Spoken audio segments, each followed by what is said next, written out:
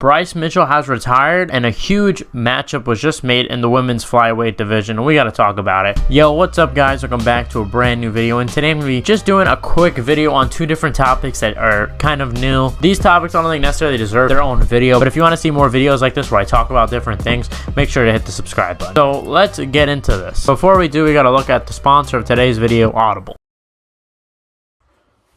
I have to read this book for school, but I hate reading. What do I do? Well, click the link in the description and join Audible. Audible lets you enjoy all your audio entertainment in one place. You'll always find the best of what you love or something new to discover. Audible offers an incredible selection of audiobooks across every genre, including Michael Bisping's autobiography, Quitters Never Win. Look at me, I'm learning without reading. Just go to audibletrial.com/JackWalter with 2 R's and get a 30-day free trial on me. You'll be getting a free trial and helping support the channel. That's www.audibletrial.com/JackWalter with 2 R's. Thank you, and enjoy the rest of the video. Alright, so as you guys know, Bryce Mitchell is coming off of his loss against Ilia Topuria at UFC 282 that just happened about a couple weeks ago. Bryce Mitchell fought Ilia Topuria. Both of them were undefeated at the time, and they were putting their undefeated record on the line. Bryce Mitchell at this point looked very promising. I mean, he beat Edson Barboza earlier this year. He knocked him down and absolutely mauled him on the ground. Bryce is also the only guy to have a twister submission in UFC history, which is a very rare submission. And the guy was on his way to being kind of a star in the division. But in UFC 282, Bryce Mitchell did not do very well against Ilia Topuria, and like I've already talked about slightly in this video, he looked lost. I mean, the guy looked like he didn't even belong there. He was dominated, and you could tell early on in that fight that he was broken. I talked about this, and I'll leave the video linked if you guys want to hear some of my thoughts about it, but Ilia quickly broke Bryce because Bryce was panicking on the takedowns and was not able to take down Ilia at all. I mean, it was just sloppy technique because he was so panicked. Ilia was just throwing bombs at him from the very start, giving him no space. Because of that, Ilia Topuria finished him by submission in the second round. Ilia Topuria also knocked him down, hurt him very badly. I mean, Ilia's striking was just on another level from Bryce Mitchell. But that's not what we're going to talk about. I mean, Bryce Mitchell seemed obviously devastated from this loss. And there's been video released that took place right after his fight where he says he's going to retire. I'm just feeling,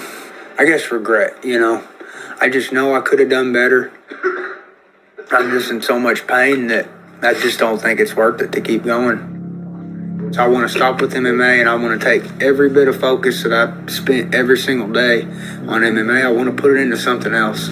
Everything's meant to be, and I'm just going to move on with my life and take all the energy that I spent doing MMA, I'm going to put it into something else, and I think that I'm going to be extremely successful. Look, obviously, this was immediately right after the fight, and you got to think emotions are pretty high. So do I take this video with 100% seriousness? No, you know, this is something that Bryce felt at the time, and we have to find out if he still feels that way, if he still feels that MMA is just not worth it because of how much hurt he is in because of the loss. But I feel like Bryce was lacking some serious confidence going into this matchup. I don't know if it was because of the trash talk of Ilia. I don't know if it was the fact that Ilia has looked so good, but the guy did not look confident at all. He looked like that he was going to lose. I mean, the guy was already saying things in the press conference like he's lost before when he was undefeated. He was like, oh, I've lost before at the gym, this and that, kind of seeming like he's trying to talk himself into the idea of being okay with losing. And that was the vibe I was getting pretty much the whole press conference and the whole week. I mean, he was doing that weird thing in the face-off where he read that poem. Finish your y'all get your foot in the walk through the valley of the shadow of death. I fear no evil.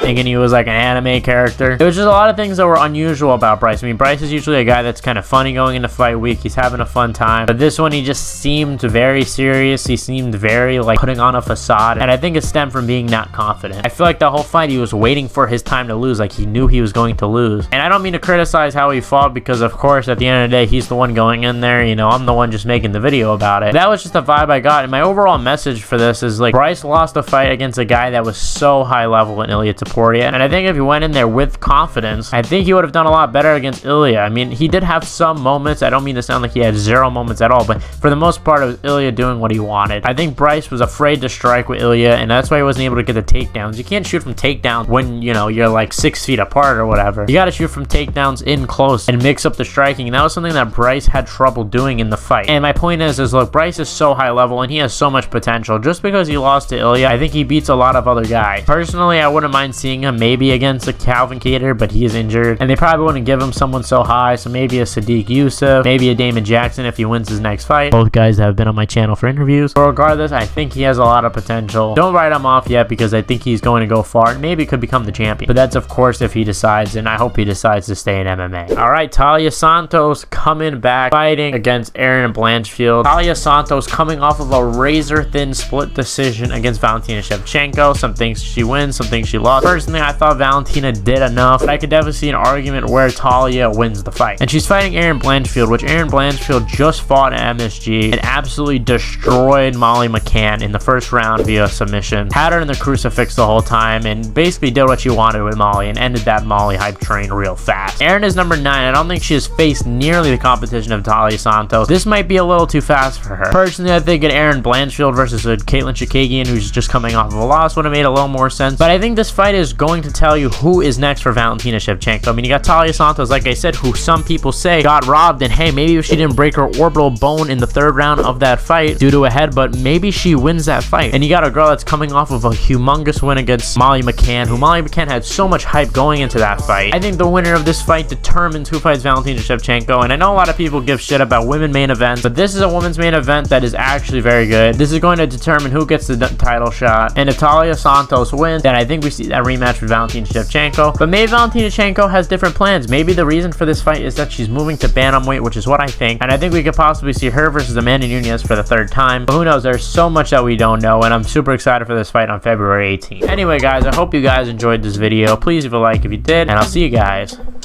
in the next one.